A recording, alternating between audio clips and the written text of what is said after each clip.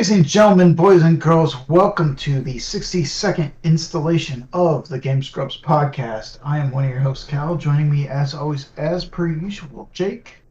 Jake, how you doing? I am well. Just taking down time codes and taking names. Had a great weekend. Got to visit our buds. And also, hung out had a nice chill Sunday. It's been rainy and kind of dreary, but that's okay. Just drinking a lot of coffee, watching a lot of movies, enjoying a lot of video games. What sort of movies you watching? Oh, I watched The Mitchells versus the Machines. Fantastic. Cannot recommend it enough. Sony Animation knocking it out of the park again. The best thing they've done since Into the Spider-Verse. Easy. I would also say, what else did I watch? I watched a movie that I wasn't super into, but I finished it.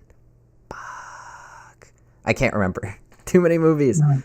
Wow. Your uncle did the artwork for Mitchell vs. Machines? That's dope, Wheels. I've been watching, of course, anime, as per usual. Which anime? My Hero. Just doing the week-to-week. Keeping up on it. I see. Getting going pretty good in there. Oh my god. I need to catch up on that. Oh my god, dude. The animation on the most recent episode, actually, very, very good. Like, some of the best they've done. It was awesome. You know what's weird? Is I actually started watching Invincible. Oh, nice. I need to start that. Because of the meme. Yep. I was like, well, I want to understand this. I want to understand where this is coming from, Mm-hmm. So I started watching it and just kind of like, okay, yeah, whatever, this is going to be fucking lame because it's American made. And it's alright. This guy. I'd give it like a 7.5 out of 10 so far, but I'm not done with the first season. I was going to say, that's pretty solid, though. First episode, I was like, wow, I'm in for it. I'm in for a real fucking snoozer. Oh my god. And then the end of the first episode happened. I was like, oh, that is enticing. It gets like the writing is where I feel like Invincible shines, whereas the animation, it's fine. Western. It's a Western animation. You know exactly what you're getting. Yeah. There's no waifus. No waifus. No waifus, not interested. That's it's written. The comic, at least, was written by Robert Kirkman, who also did The Walking Dead. So. Yep. I was just about to bring that up. Hell yeah, man. It's solid writing right there.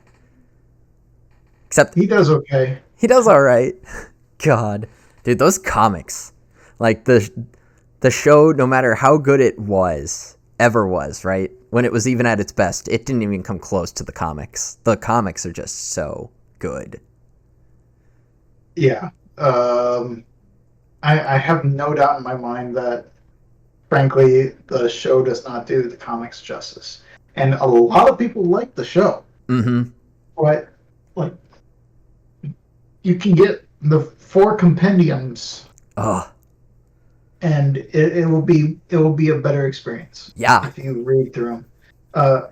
For each, so the first 3 I got basically all at once. Mm-hmm. And I read all 3 of them, and they are thick boys. They are big, huge. Big, like. We're talking hundreds of comics. Yes. Thick boys. So good.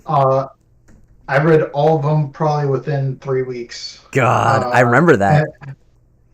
And that was, well, I had the time to, because I didn't have a job. Huh.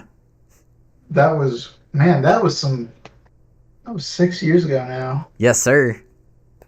Yikes. We're aging so quickly. And yet it feels like we are spinning our wheels watching Epic and Apple fight about fucking nothing. Yeah. Well, I don't know about they're not fighting about nothing. The thing is, what they're fighting over is it's huge for us. It's really good for us. For them, it's just like they're both so convinced that their monopolies are better than the other one was monopoly. Yeah.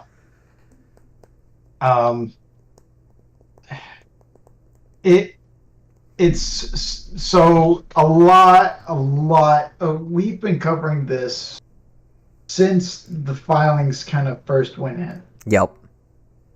And a lot has happened this past week.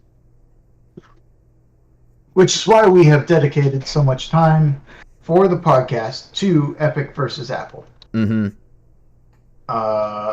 And we're starting off with basically the fact that Candy Crush is now somehow at the center of this whole entire fucking thing. Yep. Fucking Candy Crush. So basically, Lauren Hitt, a professor of operations information and decisions at the University of Pennsylvania Wharton, had an examination during the Epic versus Apple trial and testified that he didn't think having access to an app like Candy Crush through a browser instead of the app counted as friction for the user.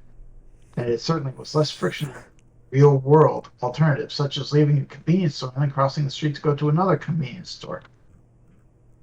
These are real issues in a digital marketplace, and it is going to shape the digital commerce moving forward, not just with Epic, not just with Apple, but with Steam, with PSN, Xbox Marketplace, Microsoft, or Windows Marketplace. Yep. Fucking good old games. I was just about to say Humble Bundle. Gaming.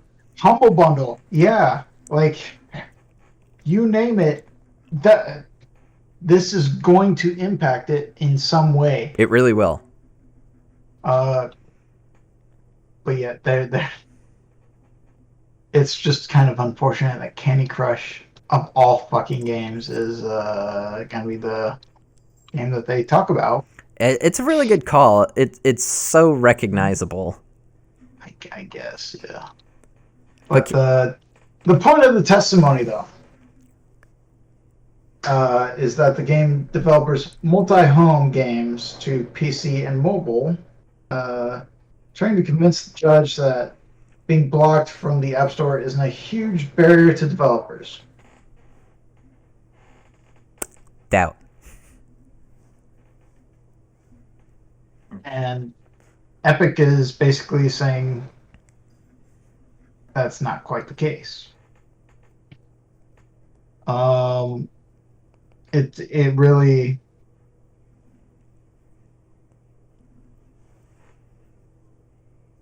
I don't necessarily think it's either of our spot to bestow the judgment, but I think the opinion is firmly within our grasp. Mm-hmm. I definitely can see where there's an argument to be made there, where as long as you're still able to download an app, even though it's not through necessarily the App Store, Mm-hmm. if you're somehow still able to get an app onto your phone without using the App Store, as long as it is accessible enough, I can understand that. However, if it's not through the App Store, then there should be another storefront application that you should be able to download. Similar to, just like how, so my example, I guess, that would be in favor of Epic, I think. I am with you for this situation. My understanding is it's basically like, well, do you really want to use Google Chrome? We have Edge. You know, like, you're really gonna use Edge to download Google Chrome? Okay, fine. You fucking know it. Like, that's, I think, what is basically the argument being made by Epic here. Mm-hmm. Is there doesn't need to necessarily be one storefront. Mm-hmm. There can be multiple storefronts and just be better. Yeah. Yeah. And which is funny because they kind of get their tongues twisted as far as their argument goes a little later down the line, but we'll get to that. Yeah. I don't know. What do you think of this? What do you think of this? So you and I, full disclosure, we chose this story first. What do you think of this story in particular, as part of the multiple stories we have covering this? Like, what do you think of this aspect? This is my favorite. This is what I was looking forward to, in this trial, where they made them point out, like, just sit down and show why their excuses to have the one spot, and if you don't like it, there are workarounds. You just have to do it yourself. How tedious this could be for somebody, especially someone who's not as literate as, like, you or myself, with something like this. Like, say, oh, my kid loves to play a game that's mentioned in this called Clash Royale. And then they try to do it on the iOS, they try and do it on Apple's App Store and can't fucking get it. And then what? Mm-hmm. It's like, then they're fucked, because they don't know the workaround. They don't know what to do. And real quick, little teaser for what's coming later. The Epic lawyer was like, the typical user of Clash Royale doesn't have a research team. I'm like, you know what? He's not wrong. I personally do not have a research team. It's true. I don't know how many of you out there watching right now do have research teams, but if you do, hit us up. Please. Love to hear about your research team. Wonder if I can get an intern over here, college credit, you know? Yeah.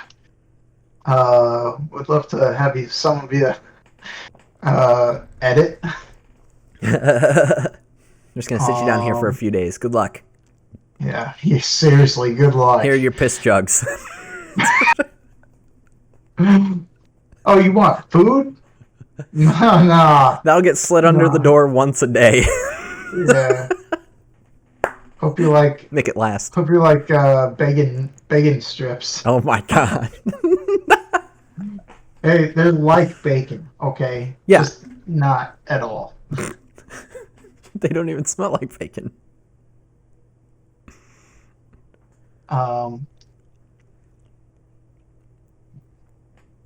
Yeah. Even the author, who was, who wrote this? Elizabeth Lopato. Even Queen. the author says, instead I'm personally saying through excruciating expert testimony. Why am I focusing on this specifically? It's the most interesting thing that happened all day. Yeah, this has turned into a real slog and drawn out, like, lashing. Oh yeah. Like the kind that, like, it's a fucking chore. Oh god. I can't believe I'm going to reference this, but there was a thread that I saw with an amazing comparison, not to this necessarily, but this made me think of it. It's like searching a gangbang that's so, like, hardcore it makes you soft. Oh my god. Jesus. Let's move on to the next. You ready to talk about this brilliant, perfect headline? Yeah, sure. Shout out once again to Elizabeth. Thank you for doing all of this, so we don't have Elizabeth pulling in the OT over here. Apple's Phil Schiller gives epic iPhone testimony. Do you want to take the lead on this? Sure. So, Phil Schiller is an Apple fellow, someone who works at Apple. Previously the senior vice president of worldwide marketing.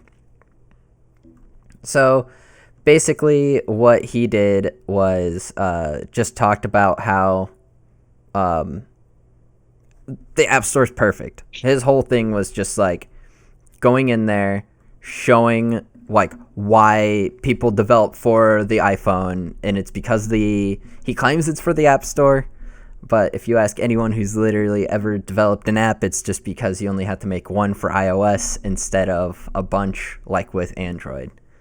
Or like plan for a bunch of different variations and stuff. But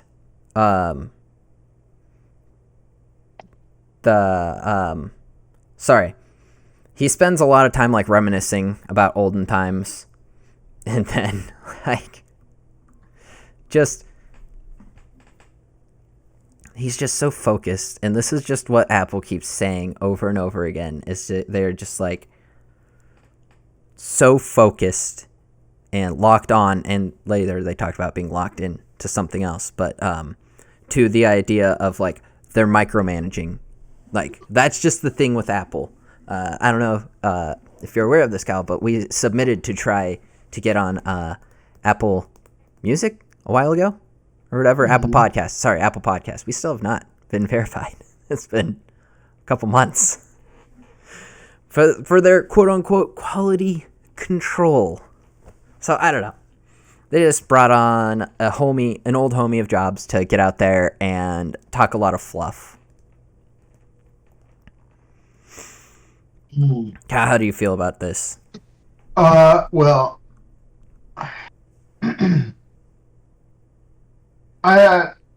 my entire reaction to this is basically 3 words in one of the close to like the third to last paragraph. Show us a marketer. Yep. So the guy's gonna know how to twist words and basically like make everything that Apple does look hunky-dory, regardless of if it actually is or not. Frankly, I'll just be honest. I'm not pulling for Apple here. No, Apple can go fuck themselves. It doesn't. They're treating their consumers like babies, and frankly, they're the insulting. Babies. They're the babies. Don't put baby in the corner. Okay, I do want to point out something written in the second to last paragraph where he talks about how the like mobile isn't a duopoly. And he's like Samsung, Microsoft, Google, and Amazon. And like, do you remember the Windows Phone? Yes, I do. Yeah, RIP doesn't exist anymore. Yeah, bye. Amazon Fire Phone was discontinued in 2015. So actually, there's 2. Sorry, can't do the good Into the Spider-Verse meme. It is just 2. There's not 3, actually. I just, the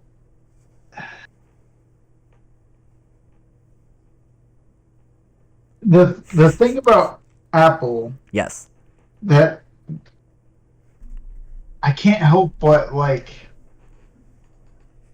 it's such a like good and bad balance of like, yes, I understand they like to keep everything like in-house, in check. Nothing gets past them, nothing whatsoever. Every piece of software, everything is like seen by them, and they like it becomes a part of their own ecosystem. And everything in the ecosystem works together.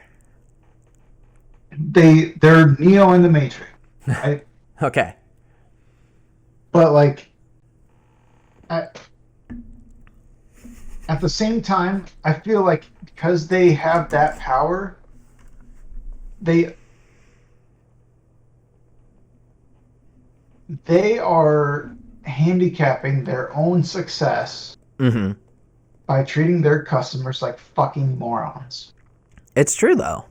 They really are. And And sorry, first, keep going. I was gonna say, first of all, if we go back, like Apple users were generally like the more tech-savvy folk back in the day, and as the the iPhone has expanded and stuff, it is very different. Where it feels like the base of Apple consumers is different than it was 15 years ago, but they are not fucking dumb. Like it's so ridiculous to think like that people wouldn't question something like this just because it's been that way, that people wouldn't think outside of that. Right. So, but the catch for Yes. me is if I was running a business of this size, Mm-hmm. if I was strategizing for a business of this size, right? Mm-hmm. What I want to do, and I'm sure that this is exactly how they function, Mm-hmm. is you gotta appeal to the lowest common denominator, Yep. and that. I think that's what's really coming to fruition through this entire case, this trial right now, is basically Apple treats their customers like fucking babies who don't know anything. Yep. And it's making them look bad. It's giving them bad PR. I think the longer this gets dragged out, honestly, I'm starting to think that Epic's just going to win in Dude, general. I think it's going to be an easy win. The more they drag this out, the more that just keeps getting talked about. It just like, it's like the target just keeps expanding. It just keeps getting bigger. Yeah. It's I like, really, like, I don't think it's going to be even fucking close, to be honest with you. no, it's not at all. There's no way it's going to be close. And, however, I do think it's going to keep being dragged out longer and longer because these are multi-billion-dollar companies that, Oh, yeah. fuck it. We'll just throw lawyers at it, throw money at it. God. We're gonna win because we're gonna be able to outlast the other. We're gonna take it to some Supreme Court. Who gives a shit? That's the best part of this, though, right? Is that they both have what seems like limitless money to go up against each other. So this is going to go for fucking ever, and they're just going to tear each other apart. I mean, let's be real though. One company is selling $20 Fortnite skins, God. and the other is selling $1,000 fucking stands Yes. for their monitors. $600 stands for their monitors. Yeah. Pieces of plastic. Yeah. Fun fact: Apple has enough money on hand right now to straight up just buy Disney. So like, easy. They wouldn't even like spend all of it. They would still have a lot to spare. So, Apple's a very, very powerful company, and I love that Epic's just like, yo, fuck this guy, and just going for it. You know what?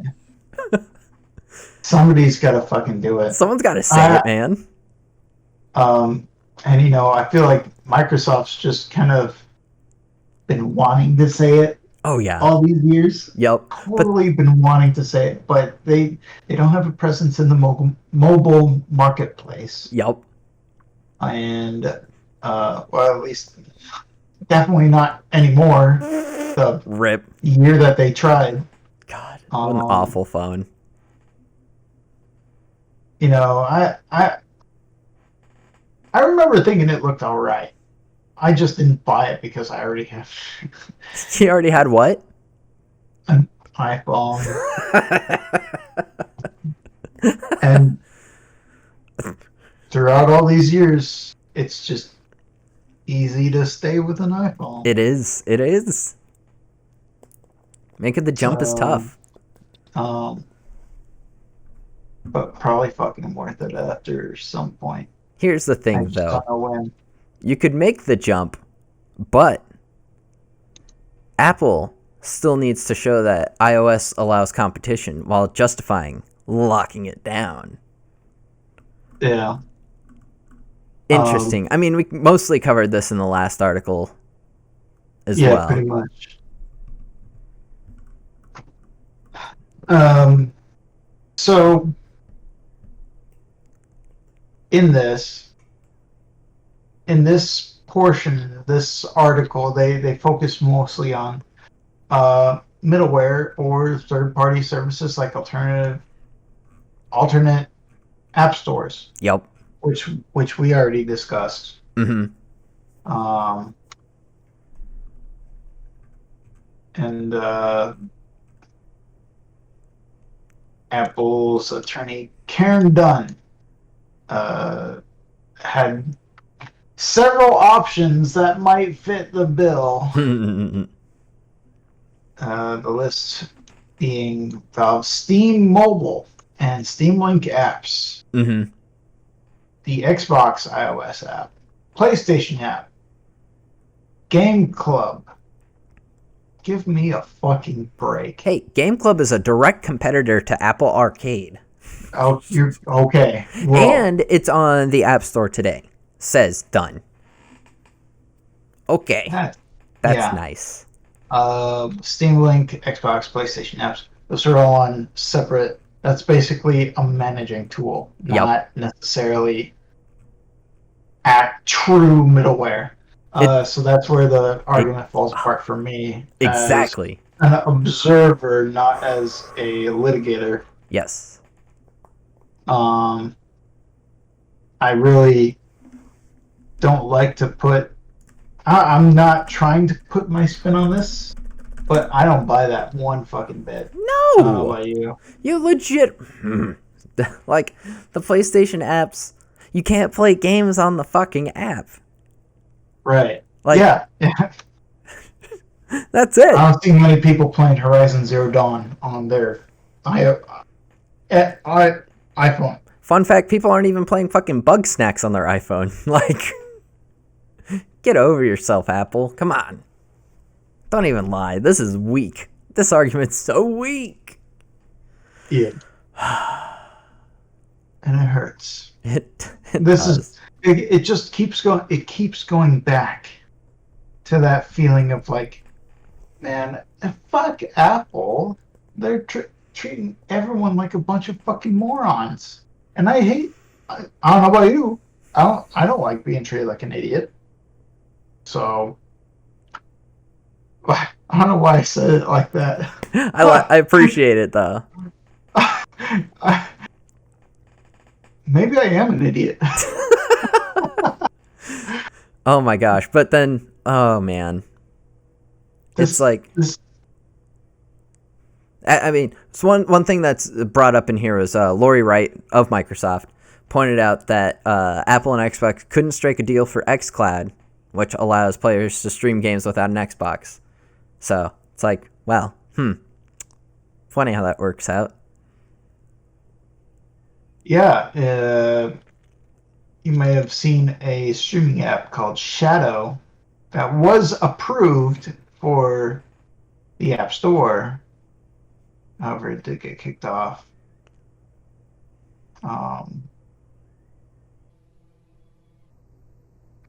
Lame. That's about all I gotta say about that. Yeah, seriously. Apple really is like gaslighting everybody right now, essentially.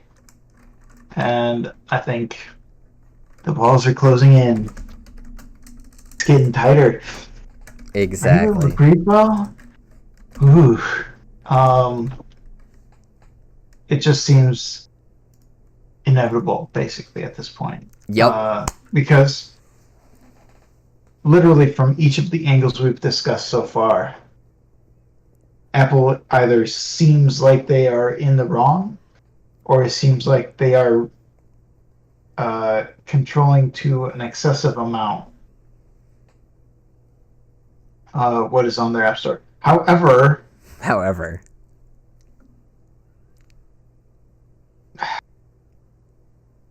and this may be their final defense. Hit me. That's capitalism, baby. You gotta let businesses do their business, and if you don't like the way that they do their business, you don't have to do business with them. You think that's going to You be their know, Hail Mary? I think it might be. They can say, hey, you know what? It doesn't really matter.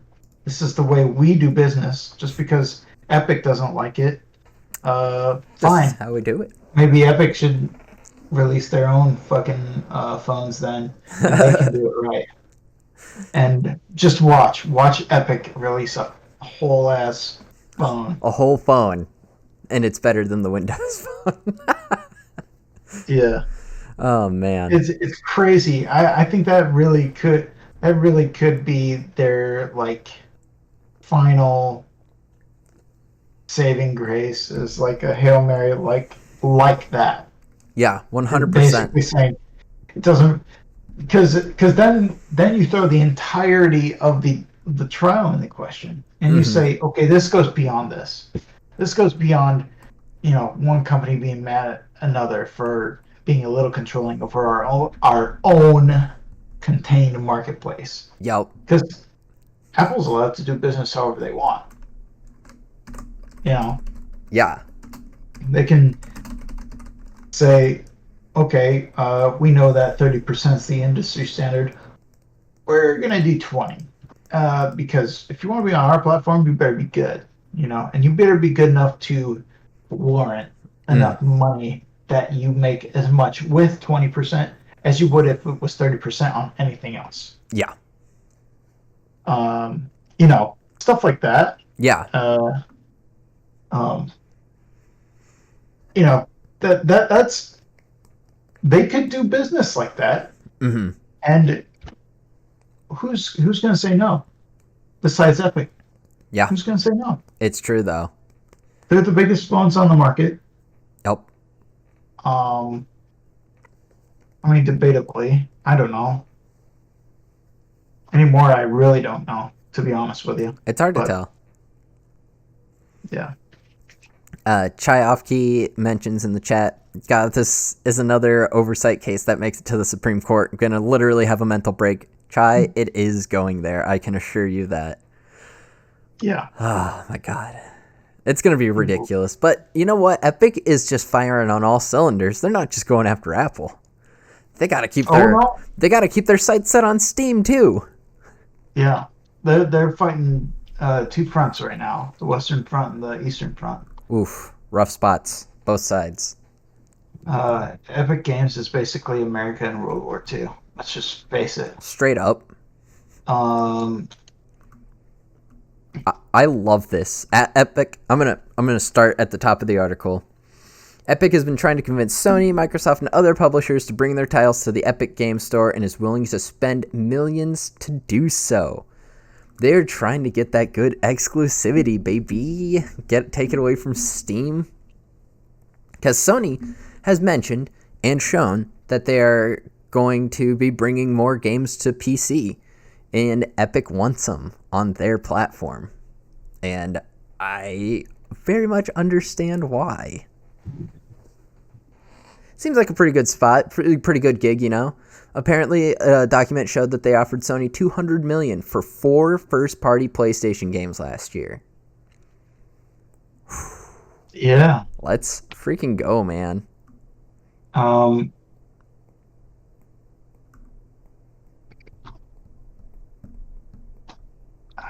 don't even know what to say.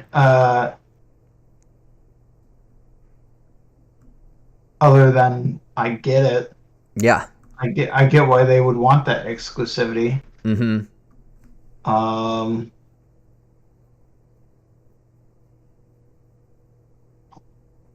It's certainly, exclusivity is a hard thing for me to really wrap my head around, as far as weighing the pros and cons, right? Yeah. And I'll try and explain why. It may be tough for me because I'm 3 years deep. You say 3? At least 3. Oh, fuck. I'm sorry. Let me catch up. Keep going. The main thing that I really want to stress is that I totally understand the value behind having something that someone else wants and then selling it. Mm-hmm. You know, it's that simple, right? You have something someone else wants, you can sell it, and transactions done. Mm-hmm.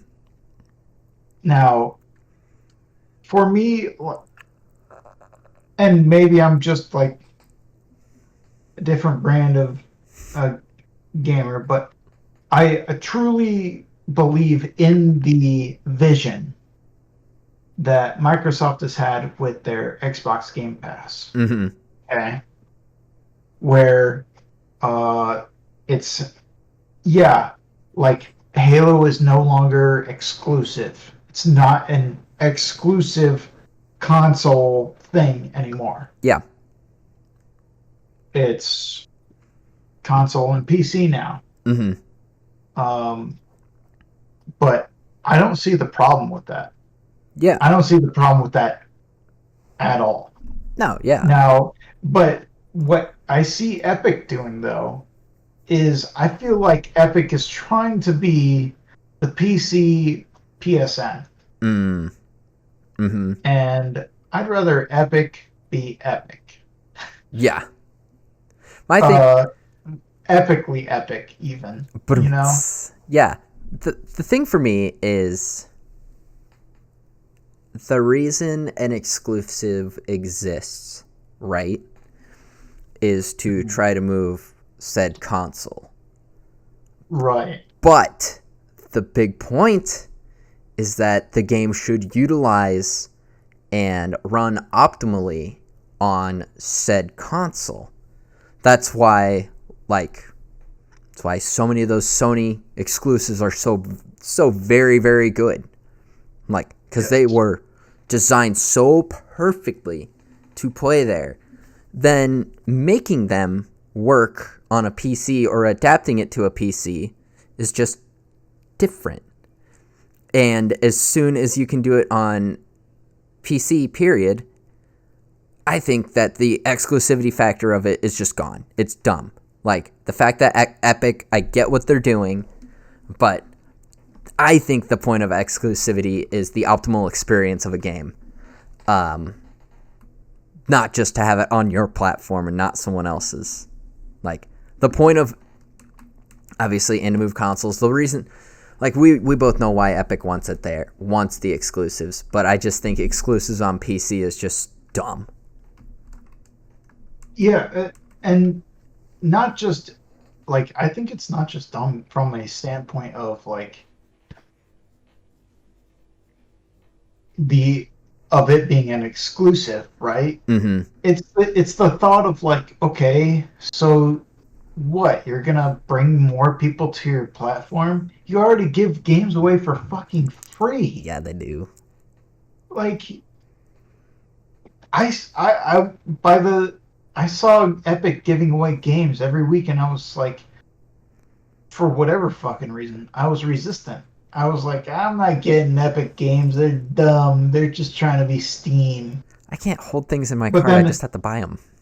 yeah, and then eventually I was like, okay, I'm getting that for free. All right. So I signed up, and it's like, okay, now I have that as a storefront. It's down there on my fucking tab. Like, Yep. it that's my point though, is that it doesn't even need the exclusives. No, it doesn't. It, as long as you're providing like a free game every week, every month, whatever, Mm-hmm. and you're getting people to open up your storefront for just a brief moment and showing them a good deal, showing them anything, they're going to use that storefront Yep. because it's open right now. Yep. There's no reason to overcomplicate this with, like, I guess,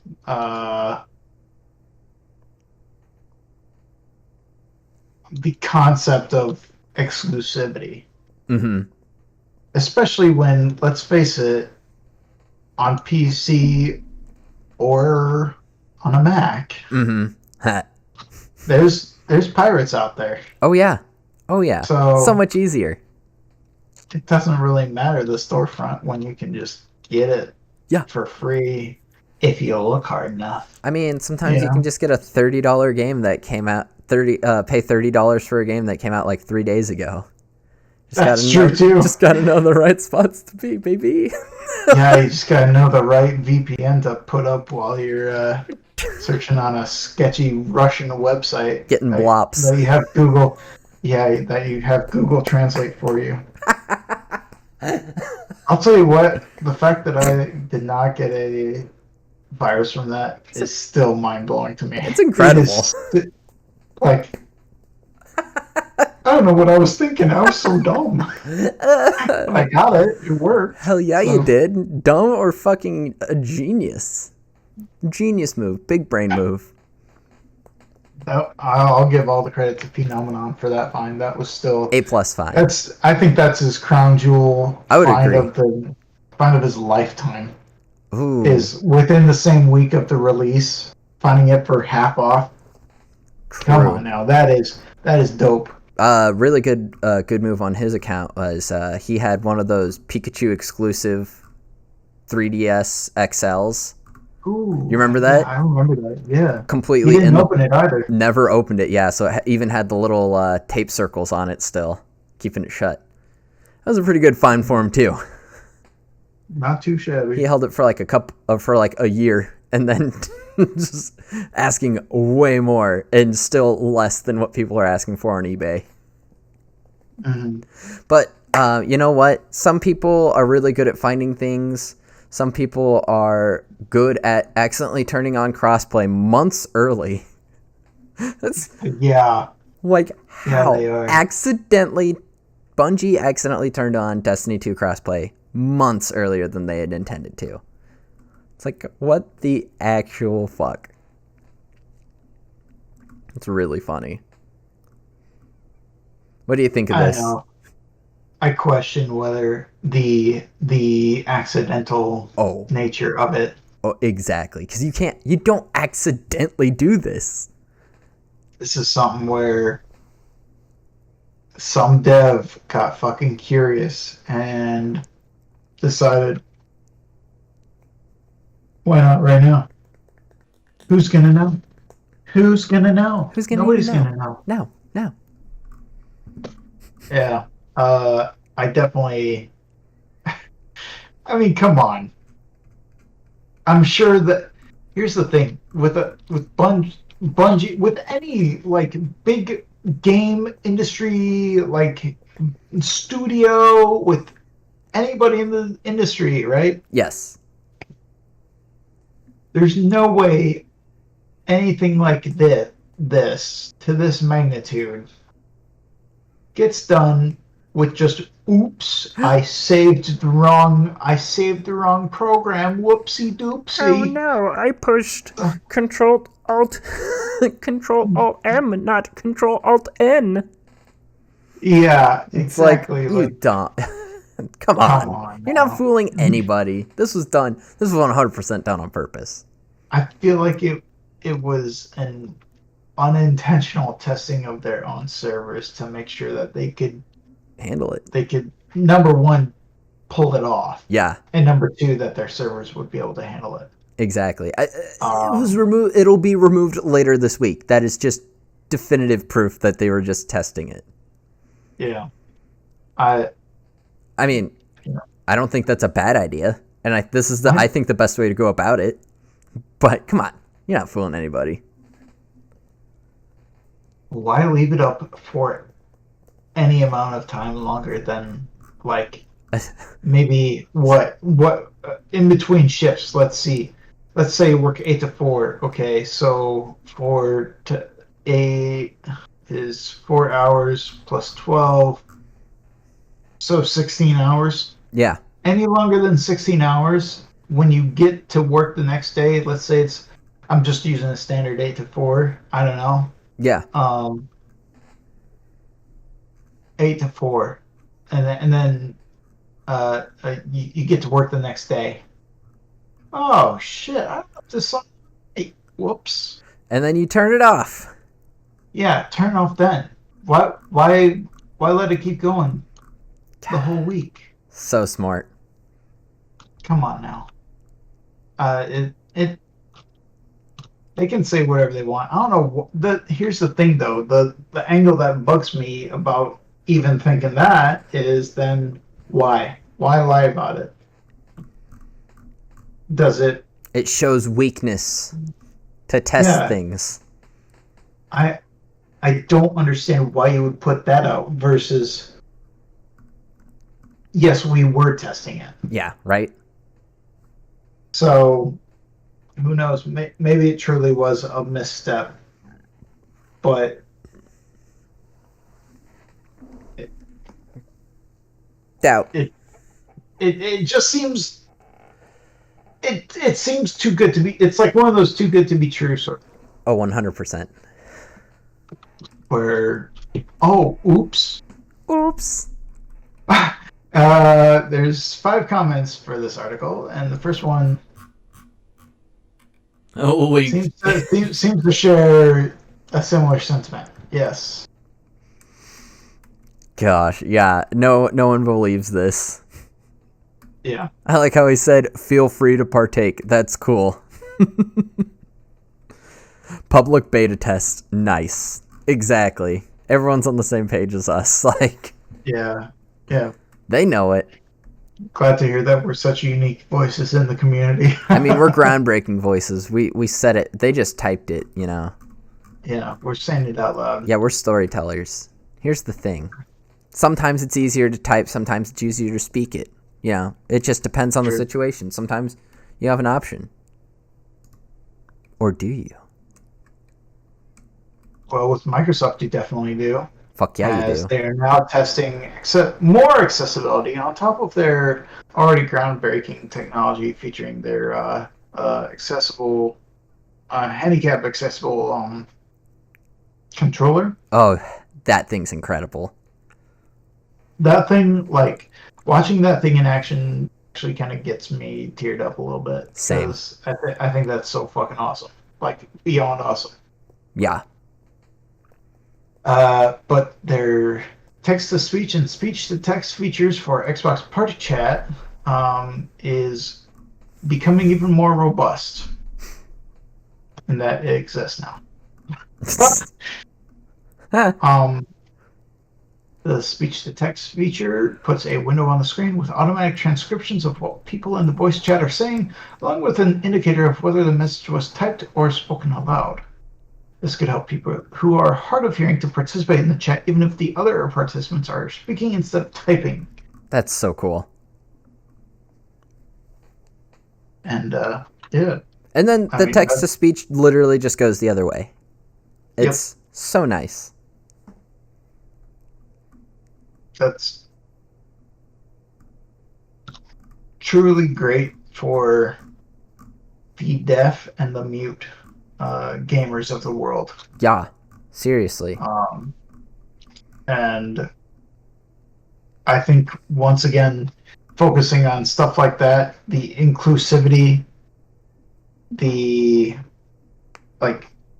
inclusivity versus exclusivity, to kind of tie it back to what I was talking about earlier, that's what kind of... I don't want to sound like a Microsoft fanboy, because believe me, there are some big missteps that I have seen and just completely am not a fan of. However, stuff like this makes me a believer. Here's the thing. In the steps that they are taking to broaden the gaming horizons. I think that Xbox is...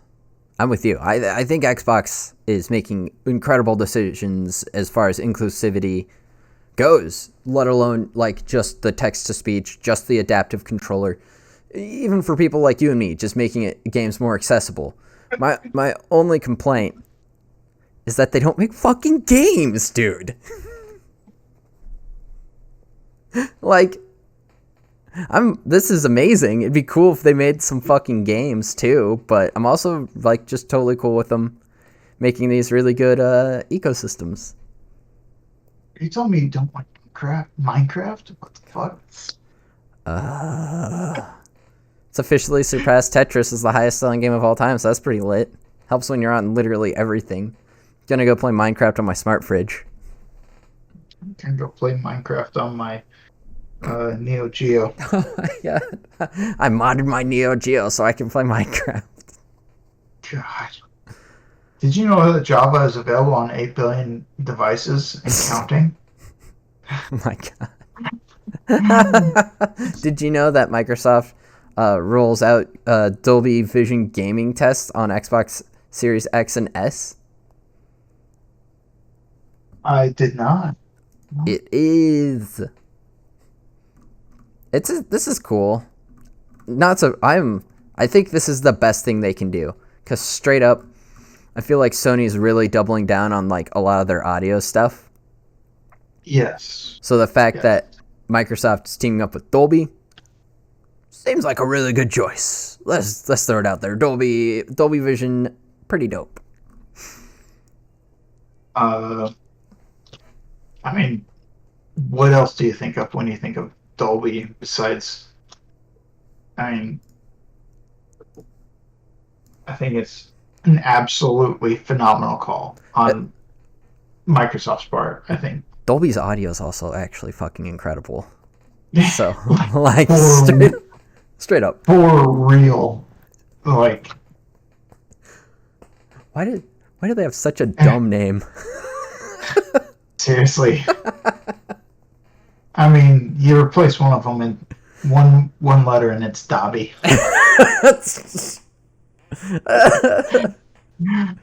Oh Dobby is a free elf, free from the tyranny of Microsoft.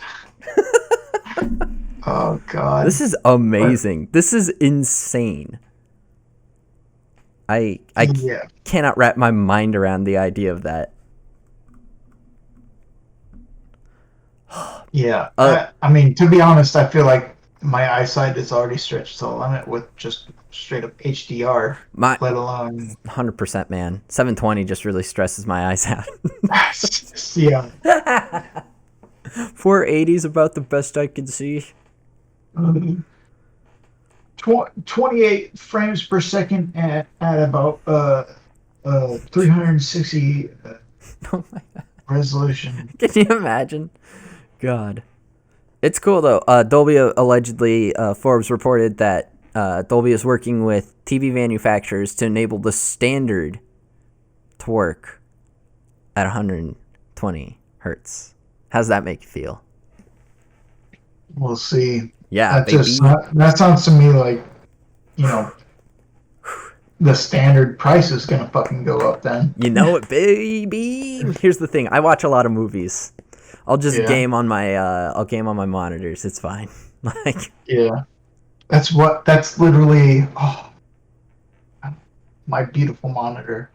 Yes, that's why I got it. Yep. But I need to get a graphics card now, and all the fucking crypto nerds are they're the worst, driving the prices up. Like, it is ruthless and brutal. Did you see that pallet full from the other day?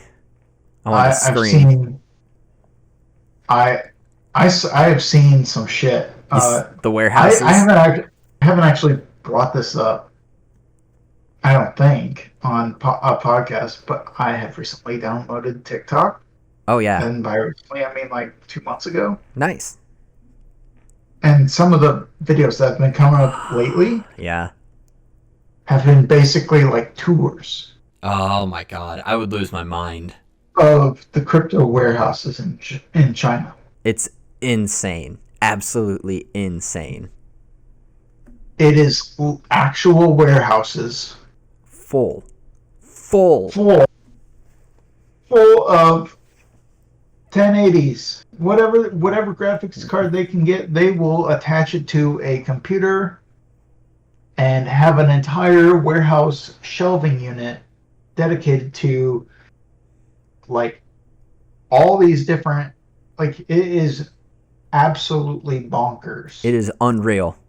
It is absolutely insane.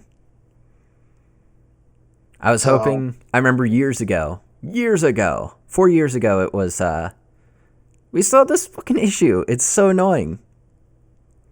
It's like, I understand the pandemic really elevated it to basically what it was 4 years ago, but it's so old. I'm so tired of it. Can we just get graphics cards? Are you still rocking the same one from when you first built your PC? Fuck yeah, dude. I don't even play games on my fucking PC. I know. Nothing hard, at least. Like Fall Guys, that's about it. Oh, okay. Something my PC can manage fine. Yeah.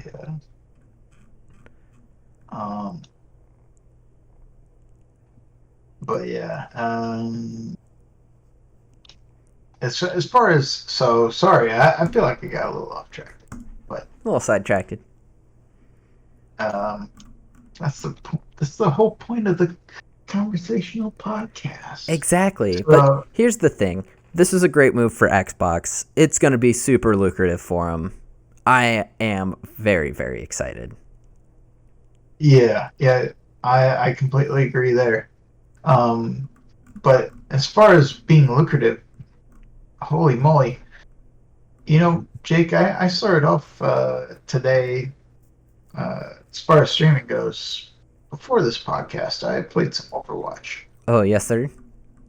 It'd be pretty lucrative if Blizzard would just fucking release Overwatch 2. Nah. Electric Boogaloo. Nah. Overwatch 2 is... here's my second grievance of the day. Although, actually, nobody watching the VOD will have heard the first. Overwatch 2 just needs to... Blizzard needs to figure it out. Let's put it out. I mean, holy crap. It. I think it's been 3 years now. What? Since they announced it. At least 3 years. What is making it so difficult? First announced... Okay, no. Sorry. It's been 2 years. Still. It was first announced at BlizzCon 2019. I don't know. Maybe it's because I actually play Overwatch and I, for whatever reason, keep playing it. Yeah. But it feels like it has been an entire fucking lifetime since watching that announcement, trailer. Yeah. I mean, it basically... Holy crap. It feels like it. I don't know. I'm also just really interested to see what necessitates an Overwatch 2, you know? Yes, me as well. Frankly, I don't feel like... I feel like the roster's kind of getting to a point where I would rather, instead of getting different heroes in the world that they're building... Yeah. I would straight up rather they just start I brought this up in a previous podcast, but I really feel like Overwatch is prime hotness for a hero shooter similar to Smash. It could be. But it's not gonna happen. No, it's not gonna happen. It won't. And aren't they bringing over characters from Overwatch into Overwatch 2? Not all of them, but some of them. Oh no, it should be all of them. Oh, it is going to be all of them. Okay.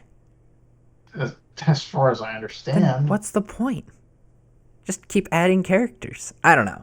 I just feel like for a game with no story, you put story in quotes earlier because you and I. Overwatch's story is told through little extra videos and shit. Not extra videos, comics, you have to go searching for this shit in basically the community section. Just pull up the wiki article. Save yourself a fucking headache. But that's what I'm saying is they don't have a story to build. What the why do they need a new game? Just expand on the one you have. I will say that part of Overwatch 2 is going to be a Battle Royale first-person experience. Oh, nice. In terms of a story. Sweet. Where each portion of the story, I forget which game did this, but there was it's like each portion of the story, there's a strike team that you're a part of. Yeah. And you play a role. And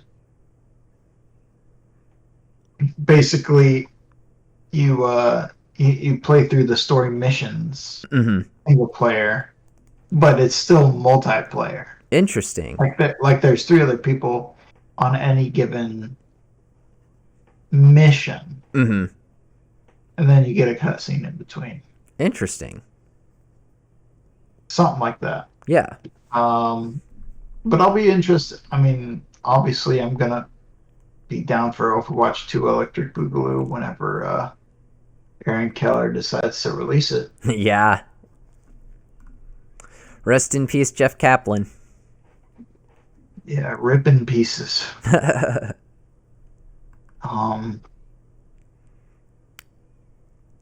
It's unfortunate, but it happens. Next year, it'll launch next year. Sometime. Yep. Not this year. No. Not this year.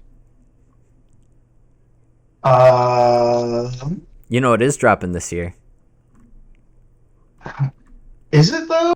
Is it? I'm double checking. I said that, and I'm like, oh, I gotta figure this out. Yeah. Available to purchase sometime next month. Boom. Nailed it. There we go.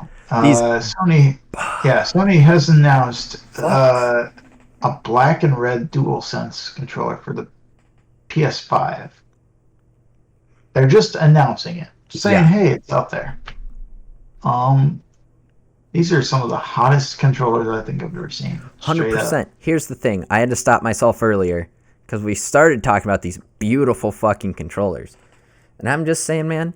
If you offered me the opportunity to buy a PS5 that was that red and black, you bet your ass I'd buy that sucker in a heartbeat. Look at it.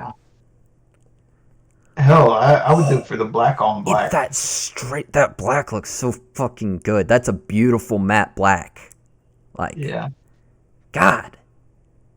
I want one. I would love to be able to play a PS5 with this red controller.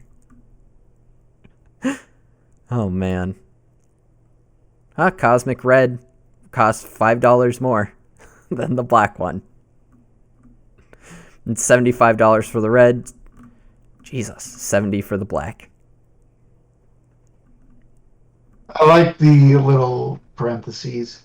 Inexplicably. Yeah. God. So. Yep. Just want to point out how cool these look. We can't get them. Or we could get them, but it won't fucking matter. I will say, first comment on the article is, next step, just make the PS5 black.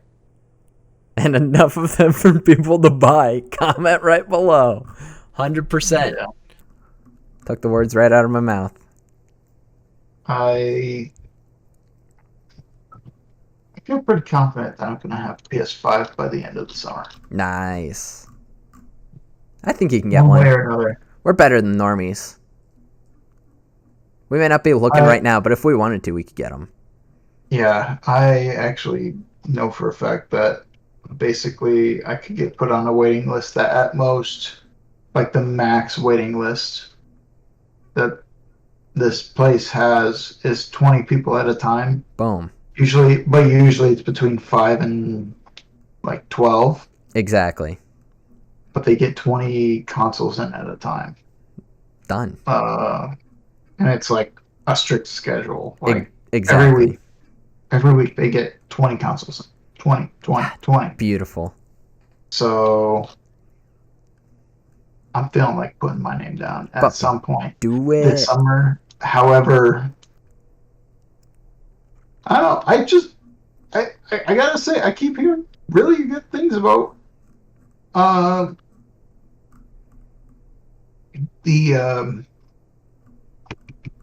Nintendo Series Switch. X. Oh. And also, I will say, here's what I'll say. Yeah. I almost tweeted this at the beginning of the day because I felt like I woke up and I chose more violence. Okay. I know. I saw your Apple tweet. Keep going. I'll buy a Switch Pro before I buy a PS5 or a Series X. You're not wrong though. You're fucking right. I Same. would absolutely buy a Switch Pro before either of the others. I mean, just the Switch's library is like 4 times larger than both of theirs. So like, it's the easy choice. I don't know. That's why it's hard for me to quantify between the two libraries because with Series X, at least you have Game Pass. Yeah, However, exactly. that same idea of it being propped up by previous gen console games Yeah. is exactly the same with the PS5. Yep. So I don't like people keep making that comparison, Oh and I yeah. don't think it's necessarily right. Mm-hmm. Um, but I have noticed that a lot of I started recently listening to other gaming podcasts Nice. beyond our own. Good. Believe it or not, uh, I started recently listening to a couple others, and the general sentiment is actually starting to switch towards Series X being like not just a lot of people's kind of first Xbox console in a while, but Mm-hmm. they're like saying, for what it is and the content you get, It's a good fucking deal. there's an argument to be made. Oh I'll yeah. put it that way. Definitely. 100%. So, speaking of arguments, Oof. No argument. This dude. Yikes. Kind of seems like a douchebag. so a professional Valorant player. Gross. That already made like Uh, bile rise in my fucking chest. yeah. The concept of someone being a professional Valorant player is just enough to make me cringe. Right. Exactly. Um, Jay Sinatra Wan has been suspended for 6 months by Riot Games for failing to fully cooperate with an ongoing investigation into an allegation of sexual assault. Wow. Are you kidding? Are you kidding me, bro? My God. Like, does he not keep up with the news? Did he not see the whole Smash controversy? Like, did he just think it was not a big deal because he's like famous? Like, is he Successful really in his. famous though? Like, Yeah. who, Right. who the fuck is Sinatra? He is a Nobody. dude. He's a dude who didn't like cooperate with Riot when he's accused of sexual abuse. Well, that is supported by recordings and screenshots. And a lot of it too is, frankly, like, to me, it boils down to something as simple as this. If you're not willing to cooperate, that means there's something to hide. Yeah, you're not wrong. You know. So if you're not willing to cooperate, then frankly, I feel like all the allegations might as well be true. I was gonna say, yeah, you Obviously, painting I'm with a not you make it, educationer, but you're making a big bolt. Like, if you're not willing to cooperate, you're just making it even worse for yourself. Straight up. yeah, In this kind of situation. yeah. First of all, I wanted to take a pot shot at fucking Riot for this, because they took this way more seriously than they did with their employees working at the actual studio, being accused of the same kind of stuff. Uh-huh. Boy, oh boy. Yeah. I don't think we don't need to go into we don't need to talk extensively about what happened. I just wanted to mostly talk about this to bring up how quick Riot was to go after this young man, rightfully so, for what he allegedly did, but then the way they go after their own developers who are accused of stuff, they're just kind of like shuffle their feet, act like it didn't happen kind of thing. Yeah. I mean, frankly, like, let's read the two statements Yeah. just so that we have both sides. Mm-hmm. Okay. Riot, in their statement, quote, the competitive operations team had serious concerns with Sinatra's conduct during the course of the investigation. It was determined that on at least 2 occasions Sinatra misrepresented certain facts, made false statements, and did not cooperate with the investigation in a way of an expected of a professional Valorant esports player. Of note, Sinatra's public commitment on social media to provide the full audio and video clip referenced in the original post was never fulfilled. Cooperation in these investigations is of the utmost importance, especially when the nature of the allegations is as serious as sexual assault. This behavior will not be tolerated by Valorant esports. End quote. Um, I don't see anything wrong with anything they say in that statement Not at right all. there. Um, However, after the decision to suspend Sinatra for 6 months, Sinatra released his own statement saying, quote, I want to preface this by saying I do not have the video audio that she used in her statement. After our relationship ended, she asked me to delete the video, and I honored that. I've never even imagined a situation like this, so when it all happened, I didn't know whether to just spill out my side or not. I had no clue what to do, so I sought legal help immediately.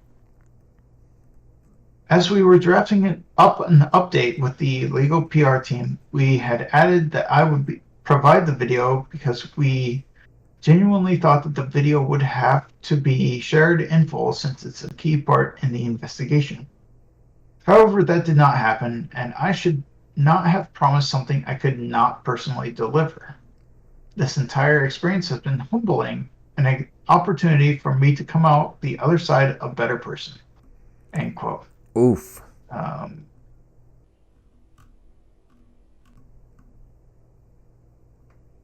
yeah, they're basically Red's saying that the matter's been basically given off to the authorities, and you know, if there's an arrest made, there will be an arrest made. But Yep. I don't think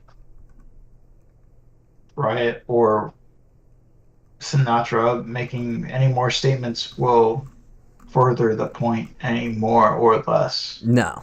at this point.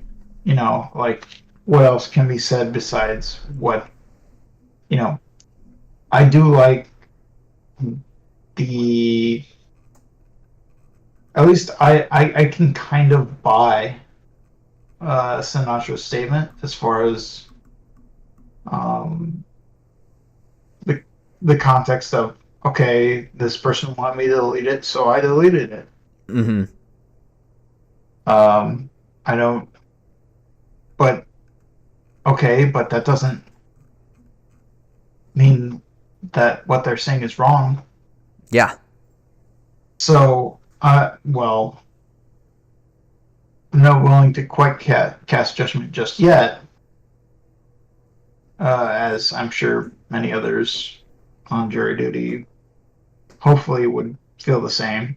Mm-hmm. Hang on, just a sec. You keep going. Okay. I think that, frankly,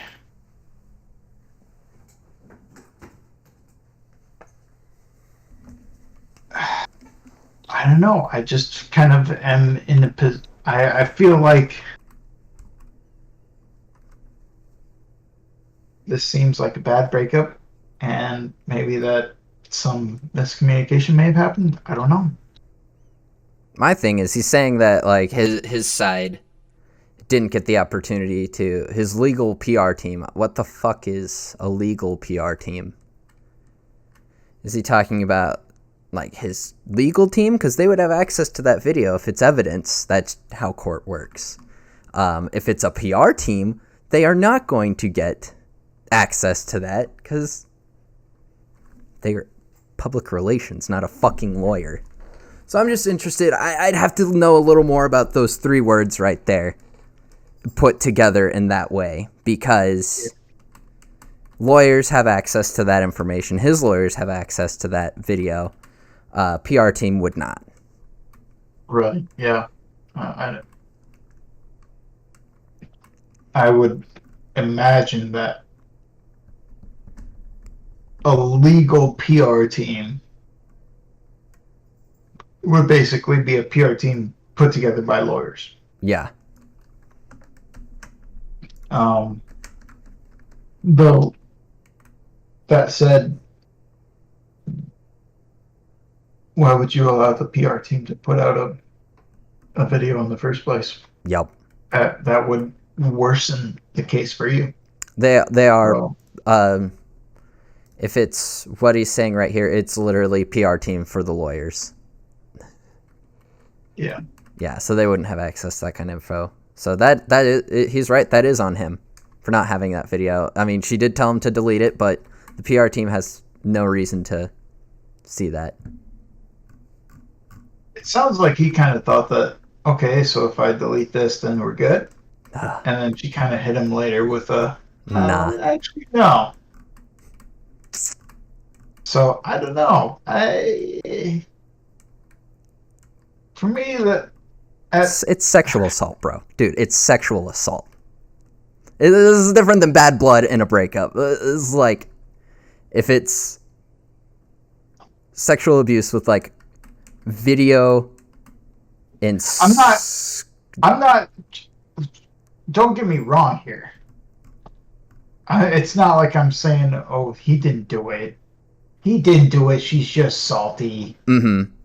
It's not like I'm saying that. I'm just saying, look at the Deshaun Watson case, you know? I don't know anything about the Deshaun Watson case, really. I just know that, like, 8 or 9 people have come forward and been like, yeah. Try 22. 22 people have come. Oh, 22 wow. Instagram masseuses. Boy. Whoa. Oof. Yikes. And this is just 1v1. His word against her word. Yeah. I mean...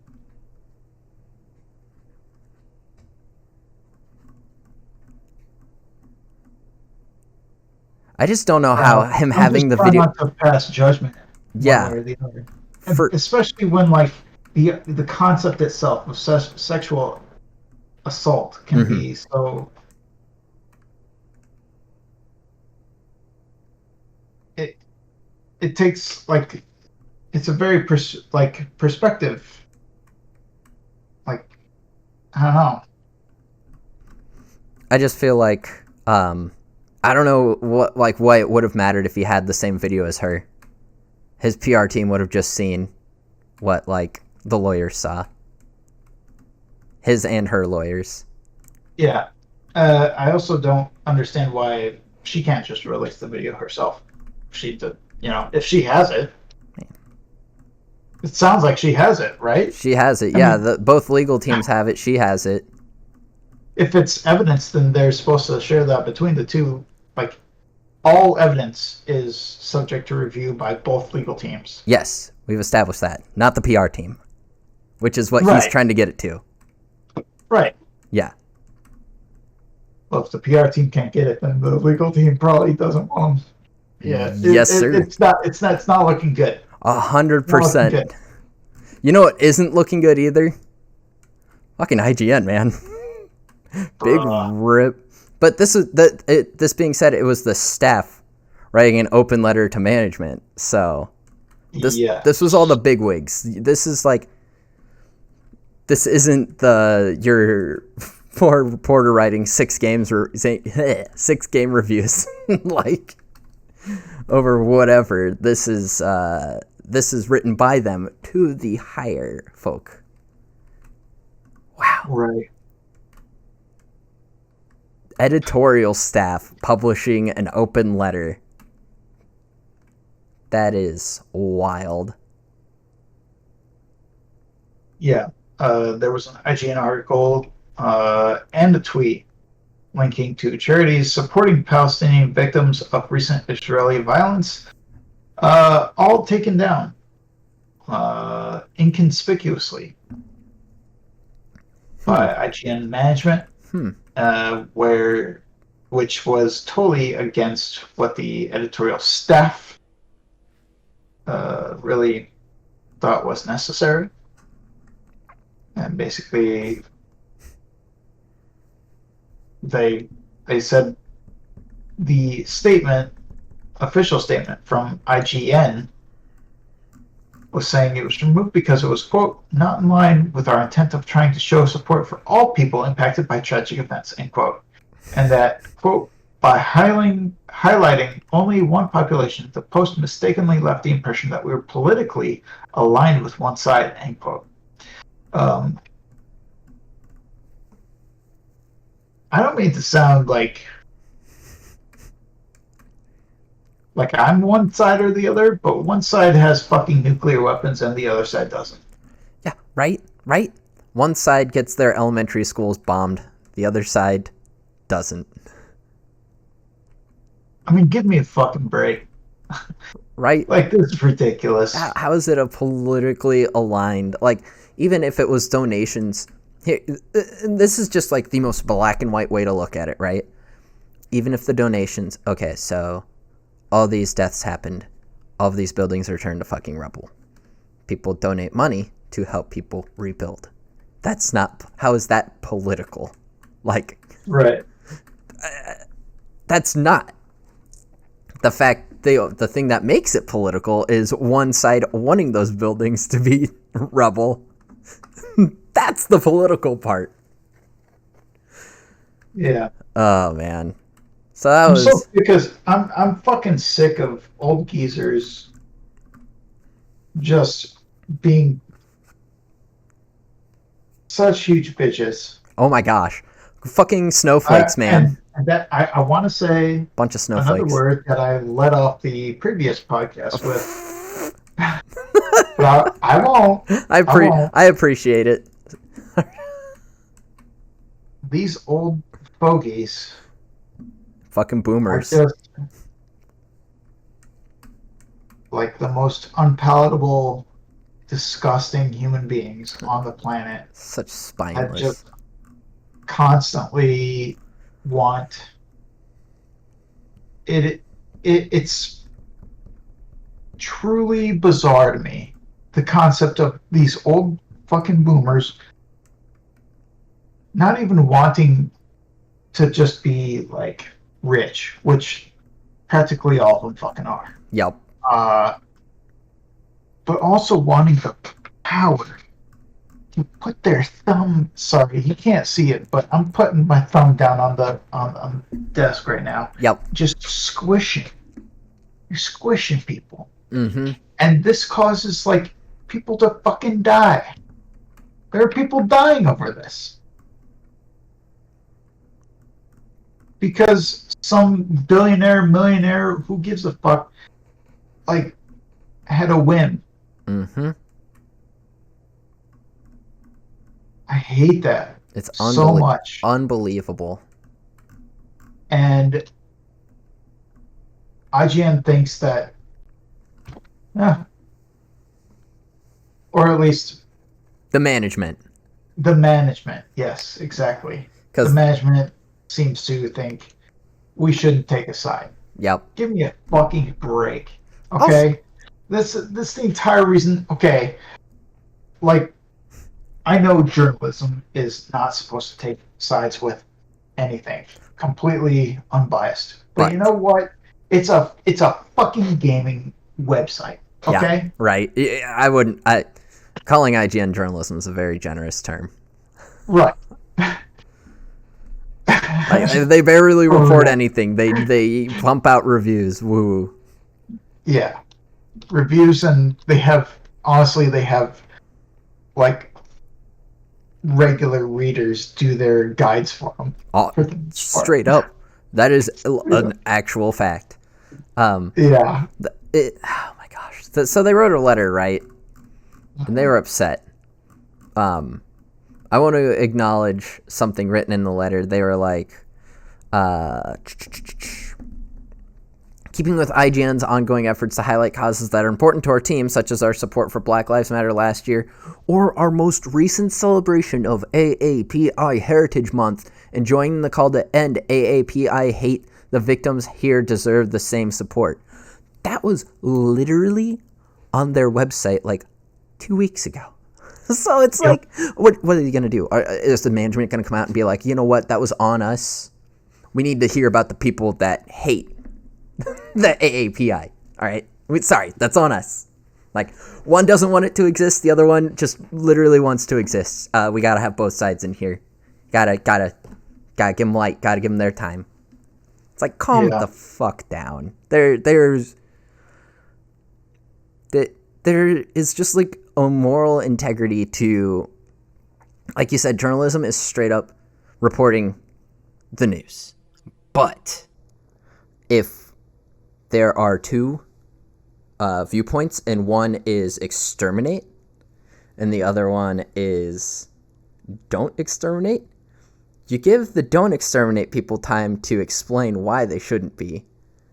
Spreading the extermination is you are giving them their voice, but that is also a very, very dangerous thing to do. Happened, what was it, 1937? I can't remember. Some shit happened back then. And then it started getting skewed, and then all of a sudden it was fake. Then this like claim of fake news permeated and people started freaking out. And then it happened again like 5 years ago. Yeah, some artsy fartsy guy kind of, he just got real salty one day. He didn't get into his art school and got real mad about it. Fuck you, Ohio. Get your shit together. But, okay, and on a much more serious note, I do love that, like, IGN staffers, they're like, took matters in their own hand, linking followers to Palestine-related charities, an archive version of IGN's now removed post. Like, there are a lot of people that work at IGN that have a lot of followers. Sure, a lot of them have crossover, but still, they have very large platforms themselves. Yeah, I mean, you don't work at IGN and not become basically known. Yeah. There's a lot of people in my Twitter timeline that I don't really know. And then when I like try and remember, okay, why did I start following this person? It's because they worked at IGN at some point. Yep. And they were on a podcast or they were on a thing. Yep. And I said, okay, yeah, I'll click the follow button because they work at IGN and I like the way they operate. I like what they do. So I do think that this is an important stand for them to be making. I think, yeah. Especially, and I think it's, we're far from an IGN right now. Oh, yes. However, regardless of the interest of staying partial, it seems very fucking clear to me. One side is clearly just trying to be a bully to the other. Yep. And I'm not down with that. No. I'm not down with that at all. Not at all. And I wish that our current administration would take note of the general population as far as that is concerned, because I've seen multiple people be like, that is not okay. Yep. Yo. Like, hey, that's pretty bad. On a much lighter note, though, Cal, it's pretty good. The fact that we can hang out, even if E3 is just online, we're going to be fucking watching it together this year, my dude. Absolutely. So full disclosure, I've been wanting to hype up E3 for a little while now. And mostly because I actually didn't think of it until recently. And it's so close. it's coming up, dude. It's less than a month away. Yeah, less than a month away. The shit's coming up, Let's and go. I'm gonna be very interested to watch everything, and I need to take more time off work. I need to take time off work. I'm supposed to be at a wedding on at the beginning. Should I just like skip that and? Yeah, fuck that. I'm kidding. Who cares, boss? God. Wedding? E3, man. E3 is way more important. All right. This is gonna be lit, though. I think this is gonna be fun. It'll be a blast. What I need to do right now, actually, right this very fucking moment. Do it. Right meow. Okay. So the first 2 days are going to be during my vacation still. Mm-hmm. Monday and Tuesday, which are last days of E3, are going to be a little tricky. However, I think that's okay because nothing ever happens the last 2 days of E3. Facts. It's usually 1 day, 2 days most. Mm-hmm. So I am curious. Well,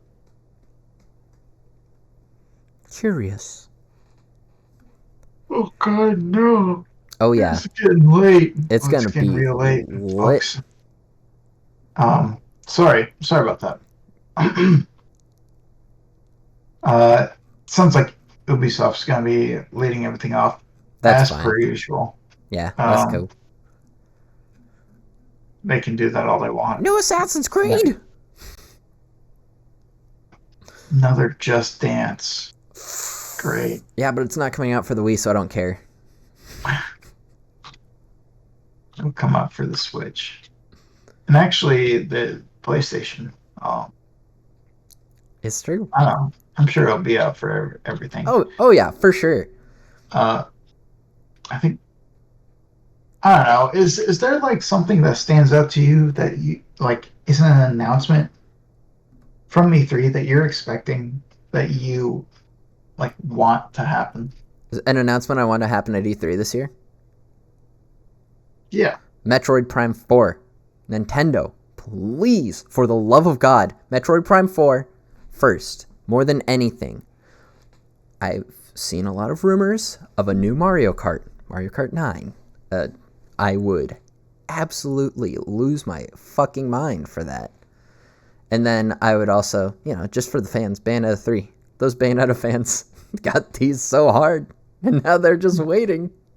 Mm-hmm. Just like us with Metroid Prime 4. I think Metroid Prime 4 is a much bigger tease, and I'm very upset that I don't know anything of it right now. But I think those three are three things that I would love to hear about. How about yourself? Oh boy. Obviously the new Halo. No. I don't really give a shit about Halo Infinite. It's not coming out till next year anyway, so. Right? Yeah, Wait, you're correct. Am I wrong? No, you're right. Okay. It doesn't come out till next year. Okay, yeah. Starfield? Oh, that's true. I'd be curious to see if there would maybe be a teaser for another Doom. What about another Wolfenstein? That's the other one I was looking at was Wolfenstein. Maybe another Wolfenstein, not Youngblood related whatsoever. Because I saw the reviews for Youngblood, and oh my god, not great. I saw some gameplay of it. How did they release this? It wasn't something that I would play or release. Right, it looked that fucking bad. Absolutely terrible. I'd be curious to see the second half of Final Fantasy VII remake. That's true. I'm curious to see the progress. I'm not necessarily expecting a date, anything like that.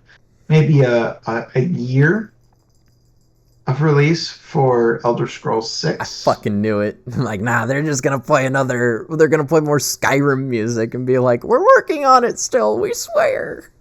Yeah. We're working on it. God, that was such a funny tease. That killed me. I mean, I was just like, it's a bunch of fucking trees. Calm down, you losers. It's a bunch of trees with Elder Scrolls 6 written in the Elder Scrolls font. Like, That's literally all it was. with Skyrim music. They didn't even make original music for the video. Yeah. Literally. You know what? All right. So I agree with you with the Metroid Prime 4. Yeah, hit me. There's another game though, Eh? a little niche game Oh. that I would absolutely lose my fucking mind for, and I think I would only see it. There's only two conferences I could imagine seeing it at: the Okay. Xbox one and the PC one, the Summer Games Fest or whatever it's called. Mm-hmm. And it is The Darkness 3. Ooh, very good choice. I would absolutely fucking love to have a Darkness 3. Because that is like a super niche game. Like, Mm-hmm. it's cringy, it's fucking lame, but the gameplay is fun enough. The storyline is just good enough where like I really like, of all the nicheness, Mm-hmm. I really like it, even though it's kind of dorky. Nice. And Breath of the Wild too. Yeah, Chai's right. Breath of the Wild 2. I don't know how I didn't even think about that. My biggest hope for Breath of the Wild 2 is that we have a difference in game like we had from Ocarina of Time to Majora's Mask, where they were made in the same engine, same world, but so wildly different. I'd almost argue not quite the opposite. I would say give me more of a story. And Because the thing about Breath of the Wild was like, it was chasing that story down. It was a loose story. Mm. I'll say it like that. Where, yeah, like you kind of put the pieces together. I want a tighter story than that. I just want to. Not necessarily tighter gameplay. I liked the open world. What do you think of this though? Hear me out. More populated. Yes, for fuck's sake. That's it. Give me a more populated world with more story and no blood moon. I'm in. Fuck the blood moon, man. I actually like the blood moon. Okay. I think it throws just enough of a wrinkle where it makes it like, oh, it's coming up, or there it is. Yes. You know? Mm-hmm. So funny you mention that. I said the same thing before when I was doing my before I started my Breath of the Wild run, and I had one blood rune, and I was like, I need to get to the stable right now and go the fuck to sleep. I'm like, I was so stressed, and I'm like, fuck, man, I can't do it. I'm also doing a shirtless no armor run, so it's not been great. Oh well, there's my first issue. Well, a single hit takes out all my hearts. Seriously, yeah. I definitely never bothered with the blood moon until I knew I was like relatively strong. Yeah. So my opinion's a little skewed there, I guess. Oh man, yeah. When you're all decked out in the fucking guardian armor with the guardian sword and the guardian arrows. Oh my god, dude. You just waste fucking everything. There's nothing. There's such a good feeling of using the guardian bow with guardian arrows and shooting one of the flying ones out of the air as it's just like slowly flying by. You pull back, you aim, it's like, oh, it's gonna end up there, and you just watch it slowly fly over there and hit it and just drop it. God, so fun. Question for you. Hit me. Do you care whatsoever about GTA 6? No. I don't know, maybe. No, not really. I don't think it's gonna happen for a while. Why would it? I think it'll be another 5 years. Easy. with because they use the same team for Red Dead? Because Red Dead Redemption took so many resources and time and stuff. And I don't think so. I think they okay. use two different Studios. teams. Yeah. Yeah, studio teams, whatever. Mm-hmm. One for GTA, one for Red Dead. Red Dead. Makes sense. Yeah. I just with Grand Theft Auto 5 just prints money, so it's straight up. It's still consistently in the top 10 for best-selling games every month. And it's like 9 years later. Exactly. Like top 10 games every month. That's unbelievable. Like the amount of copies being moved. So I wouldn't, unless it slows down a lot and they stop doing that. I don't think they're gonna, like, they're in any rush to make a new game. I think it's stupid. I agree. Sure. I mean, here's the thing, though, is surely they're working on it. Yeah. Yeah, of course. What I don't know what will necessarily make it different. I'd be curious to see if maybe they try and either make it essentially GTA 5, but with a bigger map. Whoa! Or if they were to try and do it like...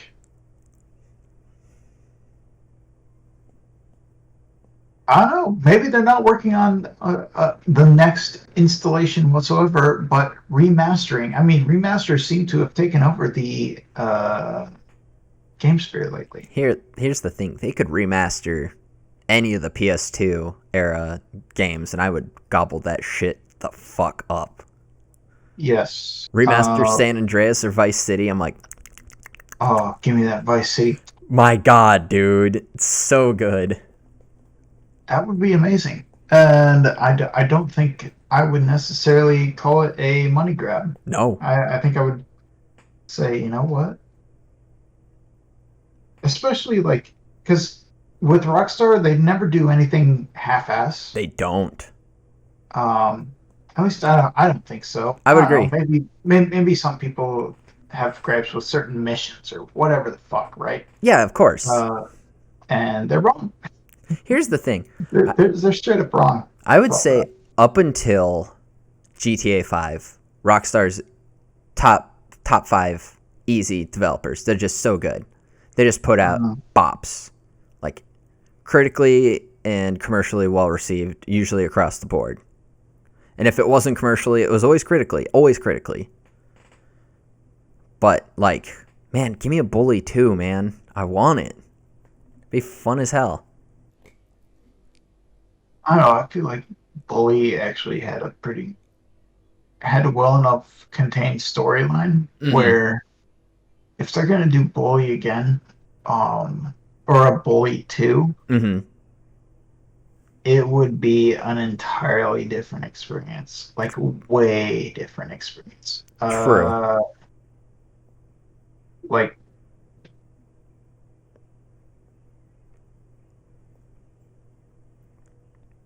Just that's all it really is. Remaster Bully, you cowards. Remaster Manhunt. One of the weaker Rockstar games. Argue easily one of the weaker ones. I still enjoy it, but definitely one of the most impactful, though. Oh, very much so. Yeah. Manhunt is like literally. It broke ground. Yeah. For so much. The ESRB. Yeah. Oh man. Yeah, there's a lot. I don't know. Maybe this summer I'll get into Cyberpunk. I don't know. Do it. You get that graphics card, you're good to go. I don't know. I'm just kidding. I don't know anymore. I will say I'm going to wait on Cyberpunk until I am done with Mass Effect. There you go. Mass Effect takes priority. Yes, sir. And after that, we'll see if I feel like jumping back into Persona 5. If not, I mean, I'm kind of at a standstill with that anyway, so. Speaking of a standstill, we've talked enough about E3, Yes. and it's time to close out shop. Yes, sir. However, we have one last little nugget before we send all of you on your merry little way off to Dreamland, off to, get your all those Z's.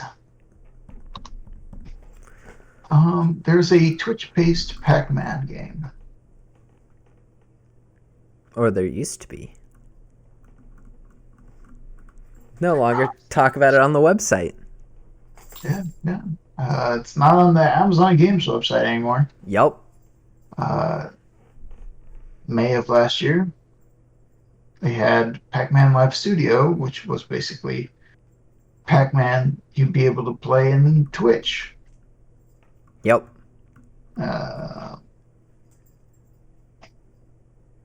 Since then, nobody really knows what happened. Yep. So the biggest takeaway from this is Amazon really wanted to make possibly have playable games on Twitch, and this seems like a step backwards, that they might not be focusing on that as much anymore. Oh shit, I mean, they fired a bunch of their studios in the first place. Yep. So they're probably hurting, which is surprising considering the amount of money that fucking Jeff Bezos has, Yeah, It's almost like we could just throw any amount of money out there and be like, they could they could do it, man. They could just fucking do it. can you figure this out, please? Yeah, exactly. You know what I can't figure out, Cal? What the fuck I want to play, because there's so many good goddamn games to play. What have you been playing? Oh god.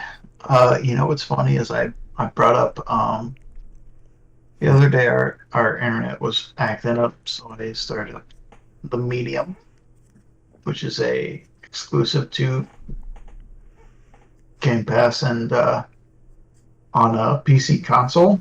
Yeah. What'd you It think? was okay. Yeah.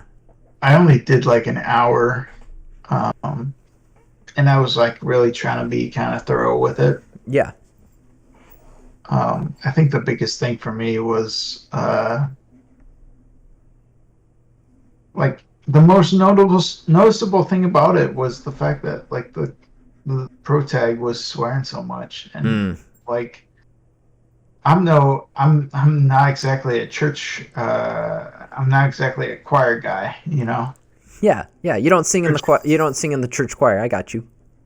I don't go to church at all. As a matter of fact, sailors blush when they hear me speak. 100 big mood. But it was just so posers. much. It was enough to make me kind of go, Oh my god, that's kind of cringy. That's a lot. Like Duke Nukem Forever cringy level. Not quite. That's quite good. Duke Nukem Forever level, but and it was just enough where it was like, come on, Right. Do you really have to say shit? What the fuck? Every You time. can just say what the fuck. It's this. You get the same thing. You don't have to say shit. Yep. Swearing does not necessarily have to be or a video game to make it rated M for mature. Yeah. You can make it just mature themed, in several different ways. Exactly. There's so many options. You don't just have to swear every other word. So, anyway, that was the main takeaway for me, Mm-hmm. just in the first hour. Yeah. And I'm not gonna just give up on it. That's good. But, oof, what I saw so far with fixed camera angles was not good. Ooh, yikes. Wow, fixed camera angles nowadays, eh? I'm curious to see how it progresses, though. So we'll see. Yeah. What else have you been playing? OW as per usual, as is tradition. Yep. VN Wheels tagging along as well. It's good to have a little mini half a squad. Hell yeah. between the three of us. And then even getting other people involved. That's always fun. Nice. What the hell though? Oh, stay tuned tomorrow. I'll be in the VOD. It'll be Tuesday, so be on the lookout for a VOD. Awesome. If you're watching this as a VOD of my Mass Effect Legendary run through. Let's fucking go. I was waiting for it. I wanted to play it the other night. Mm-hmm. Actually, it was the same night where you and a couple other guys got together, and I was in the area. But yeah. After I had that pizza, I got home, changed, had some pizza. Cauliflower pizza, by the way. Of course. Cauliflower crust goated. Yep. After that, I knew nothing was happening. Even if I wanted it to. Yep. Nothing was happening. So I feel that. I think I went to bed at like 9 that night. No. And I don't go to bed at 9. No, you don't. Ever. So anyway, other than that, I've been playing a little Fire Emblem Heroes. I played some Animal Crossing. Nice. Just peeping. Yeah. Oh. Oh. Oh? Nintendo needs to fix its fucking online. Why do you say that? For Super Mario Party. Yes, sir. Jesus, man. I am furious. I would be too. That's dumb. I have had 2 tries, and both times, fool me once, shame on you. Fool me twice, shame on me. Are you hardlined? And 3 times, can't fool a fooler. Can't fool a fooler. Are you hardlined? I am not. You got a hardline, bruh. If okay, here's the thing though. If it doesn't matter if I'm hardlined or not, because my stream would have gone down. My stream would have gone down if it was a matter of Wi-Fi. I see. But your computer's hardlined. My stream doesn't... See, like, my stream wouldn't go down while I was playing Smash. I would just get booted out of my own fucking stream. But as soon as I hardlined, it made a big difference. Even though... it's still not great. I will say... I was not the one who disconnected. Wheels. You bastard. Wheels knows for a fact that he both times it was him that dropped. Even though... rough. I will say he was hardlined both times, and the second time he was at a place, I'm not gonna say where, that has gigabit plus for download speeds. Yeah. So.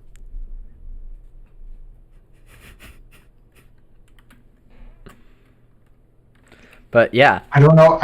I'm not saying it's on him. I'm saying a connection. I know for a fact, because I've hosted Smash streams before, and like they did not disconnect that often. Yeah. So I'm not even placing it on him. Okay.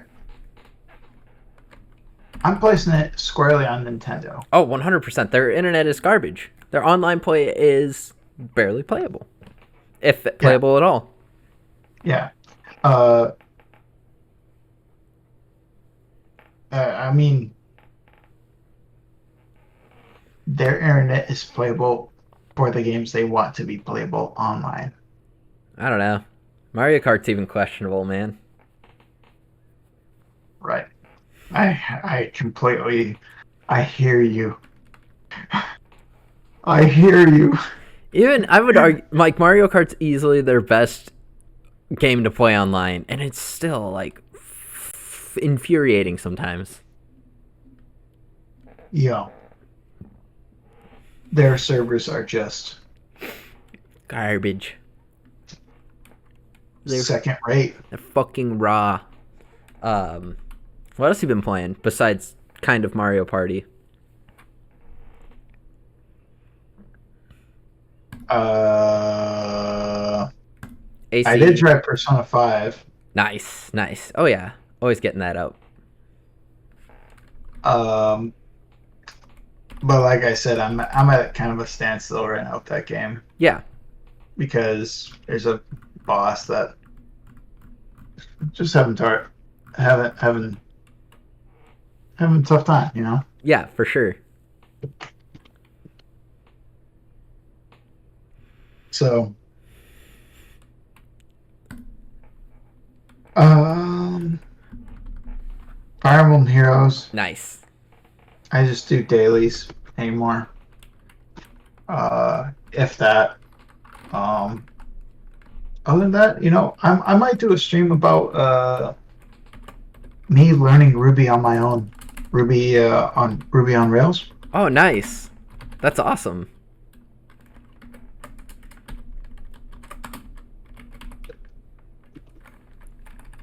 So, what have you been playing? I've been playing some Smash, some Mario Kart. Been playing a lot of Mario Kart actually. Just really digging it. A lot of Pokemon Snap. Beautiful game.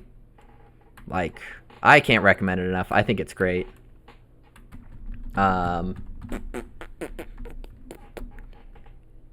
Yeah, that's about it, really. Smash, Kart, and Snap. Not much else. Bravely Default 2 here and there. But mostly those. Just a lot of those 4 games at the moment. Nice. Well, So where can people find you, though? People can find me at basically on Twitter. And actually TikTok, I guess, but I don't post anything, so I don't know why you'd follow me. However, it's the same for both. Perfect. Wait, no, it's not the same. You can find me on Twitter at humble halfwit, and you can find me on TikTok at hopeful halfwit. Nice. You can follow me everywhere at Jake the Mayor. You can follow Hogtied Productions on all the important sites. Come on. The best spots. Just gotta follow for that good content. Thank you all for watching. Thank you for following us. Thank you for your continual support. Stay safe out there. Calvin, any last words?